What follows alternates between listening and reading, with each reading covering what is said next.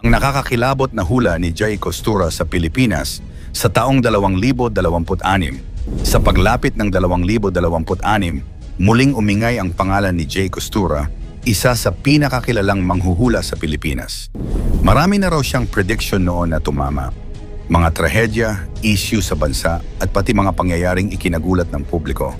At ngayon, naglabas siya ng 10 sa pinaka nakakatakot at pinaka-controversial na hula para sa taong 2026. Pang-10. Taon ng pagbabagong kinahaharap ng bansa.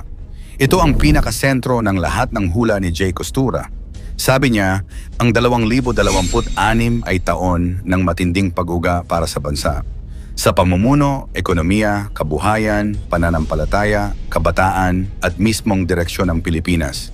Hindi raw ito katapusan, pero punto ng pagbabago. Ang linya niya na pinakatumatak. Ang Pilipinas ay hindi mawawasak, pero yayanigin muna bago itayo muli. Pang-9. Paglaho ng isang kilalang artista. Ayon sa kanya, may isang napakasikat na artista o posibleng buong celebrity family ang biglang mawawala sa spotlight. Hindi sa dahil may issue, hindi burnout, hindi personal na problema, kundi dahil sa isang malalim na tawag na magtutulak sa kanila para iwan ang showbiz at mamuhay ng tahimik. At ang pananahimik nila ang magpapalakas ng mga haka-haka. Sabi niya, ang liwanag ng entablado ay pansamantala, pero ang kapayapaan ng loob walang kapalit. Pang-8. Krimen at kawalan ng trabaho. Nakikita ni Jay na sa 2026, tataas ang krimen na konektado sa hirap ng ekonomiya. Maraming kabataan ang mahihirapang makahanap ng trabaho, mapapasabak sa illegal activities, magiging vulnerable sa scams at droga. Kahit probinsya, hindi ligtas. Ngunit sa gitna ng dilim, lilitaw daw ang mga grupo at volunteers na tutulong sa mga nawala ng pag-asa. Ayon sa kanya, sa hirap ng buhay doon nasusukat ang malasakit ng tao. Pang-7, digital na gulo at cyberwar. Ito ang isa sa pinakakinatakutan ng mga taga-subaybay niya. Sabi ni Costura, magkakaroon ng malawakang cyber chaos, pag-atake sa servers, data breach, pagkawala ng maraming accounts, pagkalat ng deepfakes, fake news na mas matindi pa sa dati, posible pang temporary shutdown ng ilang social media platforms. Ang tawag niya rito, ang kaguluhang hindi mo nakikita pero nararamdaman. Pang-6, bagong sakit, tahimik na mutation. Ayon kay Jay, isang bagong variant or mutation ng dating virus ang posibleng lumitaw. Tahimik, mabilis kumalat, at hindi agad napapansin. Magdudulot ito ng takot, pagdagsa sa ospital, sigalot sa gobyerno, pagkalat ng peking lunas online, pero may pag-asa pa rin. Sabi niya, sa bawat sakit, may bagong bayani na lilitaw. Pang-5, pagputok ng isang matagal ng tahimik na bulkan. Isa sa pinakamabigat na prediksyon. Isang bulkan na dekada ng tahimik ang biglang magpapasabog sa 2026. Dahil dito, malawakang paglikas, abo sa himpapawid, bawal lumabas, sira ang kabuhayan at epekto sa buong ekonomiya. Pero sabi ni Jay, pagkatapos ng apoy may bagong lupa na sisibol. Pang-4, mga bagyong sobrang lalakas. Ayon kay Costura, ang Visayas at Mindanao ay makakaranas ng sunod-sunod na bagyong napakalakas, kakaiba raw sa nakaraan. Magkakaroon ng malalim na pagbaha, isolated areas, pagkawala ng kuryente, mabigat na pinsala. Pero pagkatapos ng unos, lilitaw ang kabataan, volunteers at bagong leader na may malasakit. Pang-5, global recession na tatama sa Pilipinas. Inuulit daw ni Jay ang nakikita niya mula 2025 sa 2026, posibleng sumabog ang global economic crisis.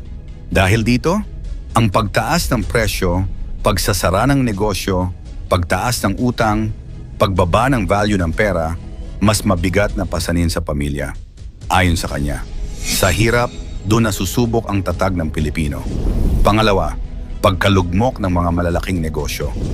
May ilang malalaking kumpanya kasama ang kilalang brands na matagal na nating nakasanayan ang posibleng magsara o magbawas ng operasyon. Hindi dahil sa iisang dahilan, kundi kombinasyon ng digital disruption, economic crisis, supply chain problems, global instability. Ito raw ang magpapayanig sa merkado. Sabi niya, Ang higante, kapag natumba, maraming madadamay. At ang ating number 1, pagising ng mga kabataan. Sabi ni Jay Costura, ang kabataan ang unang gagalaw. Ayon sa kanya, sa 2026 ay magkakaroon ng malaking spiritual at ideological awakening ang maraming kabataan sa bansa. Hindi ito simpleng pag-aktibo, kundi pagbabago ng pananaw, pagtanong sa nakasanayan, at paghahanap ng mas malalim na katotohanan. Pero babala niya, kapag hindi handa ang puso madaling maligaw, may kabataan din daw na maaakit ng maling aral, bagong sekta, or online personalities na may mapanganib na impluensya. Ang makatindig balahibong hula ni Perez Hindi kay Pangulong Bongbong Marcos at sa Pilipinas. Si Perez Hindi ay isang African prophetic voice na kilala sa matitinding pahayag tungkol sa mga bansa. Marami ang naniniwala na meron siyang gift of discernment at prophetic warning dahil ilan sa mga nauna niyang pahayag ay nangyari raw sa eksaktong buwan at sitwasyon. Sa kanyang pinakabagong mensahe, biglaan niyang ibinulalas ang mga nakita niya tungkol sa Pilipinas at kay Pangulong Bongbong Marcos. Mga pangyayaring aniya ay magsisimula pa lamang pagpasok ng 2026. Pang-10, ang nalalapit na pagbagsak sa kapangyarihan ni Pangulong Marcos. I'm seeing the people turning against you, especially in 2026. Ayon kay Hindi, darating ang panahon sa 2026 kung saan mismong mga Pilipino ay maaaring tumalikod at magalsa laban sa Pangulo. Aniya, may mga taong malapit kay Marcos na hindi niya alam na nagbabalak ng masama kabilang na ang tangkang pagpatay. Ito umano ang babalang dapat paghandaan ng Pangulo. Ang posibleng pag-uga ng kanyang pamumuno at ang unti-unting paglamig ng suporta ng mamamayan. Pang-siyam, pagyanig sa pamahalaan at pagbagsak ng ilang opisyal. Many of your leaders will begin to go to prison. They will be caught. Tahasan niyang sinabi na ang taong 2026 ay magiging year of judgment for your leaders. Ayon sa kanya, maraming nasa pamahalaan ang masasangkot sa iskandalo, masasampahan ng kaso, at makukulong dahil sa mga lihim na matagal nilang tinatago. Ito raw ay simula ng espiritual na paghuhukom sa gobyerno. Isang malawakang pag-uga ng kapangyarihan sa mataas na posisyon. Pang-8, masidhing paghuhukom laban sa katiwalian. If you know you've corrupted the people's money, just repent before you get exposed. Diretsong sinabi ni ND na may mga opisyal sa gobyerno na sangkot sa mabibigat na katiwalian at lihim na kulto. Babala niya, kung hindi sila magsisisi, lalabas sa liwanag ang kanilang mga ginawa at sila ay mahuhulog sa matinding kaparusahan. Para kay ND, ang korupsyon sa Pilipinas ay isa sa pinakamalaking dahilan kung bakit darating ang mga sakuna at pagyanig sa bansa. Pang-7, apoy at lindol sa buong Enero 2026. I saw fire, disaster, and earthquake. January 6, January 18, January 22, January 27. Pinaka-controversial sa lahat ang sinabi niyang tiyak na petsa ng mga sakuna. Sunog, lindol at pagkawasak ang kanyang nakita sa iba't ibang panig ng bansa. Partikular ng Enero 2026. Para sa kanya, ito ang unang alon ng pagyanig na magbubukas sa serye ng mas matitinding pangyayari. Pang-6, espiritual na paghuhukom dahil sa paganong selebrasyon. They ignore the voice of the Lord because of their pagan festivals. Tahasang sinabi ni Hindi na ang mga traditional na kapistahan, particular sa Enero, ay nagiging dahilan ng espiritual na galit ng Diyos. Anya, ang patuloy na pagdiriwang ng mga ito ay nagbubukas ng pintuan sa mga sakuna. At hindi ito basta aksidente, kundi bunga ng espiritual na pagsuway. Pang-5, malakihang aksidente sa tubig at himpapawid. January 1st, through the water, through the air. May malakas siyang babala sa mismong unang araw ng 2026.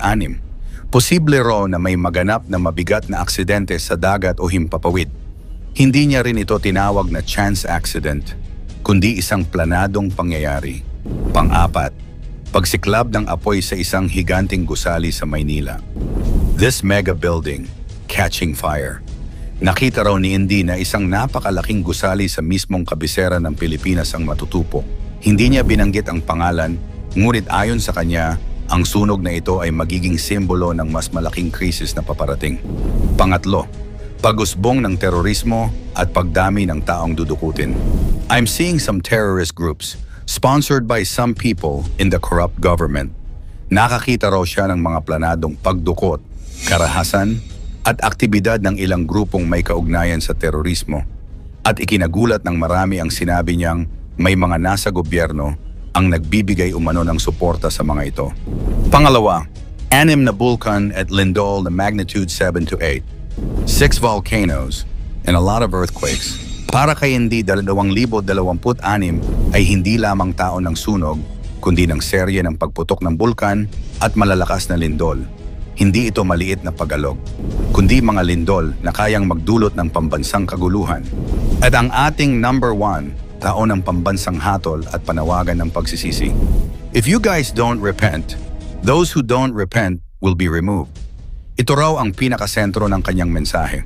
Ang 2026 ay Year of Judgment para sa Pilipinas. Kung hindi raw tutugon ang pamahalaan at ang sambayanan sa panawagan ng 3 araw na fasting at repentance, haharap ang bansa sa paghuhukom na hindi pa nararanasan. Mangyari man o hindi ang mga hulang ito, tandaan, ang tunay na kapangyarihan ay nasa Diyos, hindi sa mga manghuhula. Kung naniniwala ka na sa Diyos lamang ang magtiwala, i-type ang Amen sa comment section. I-like at i-share ang video. Salamat at God bless.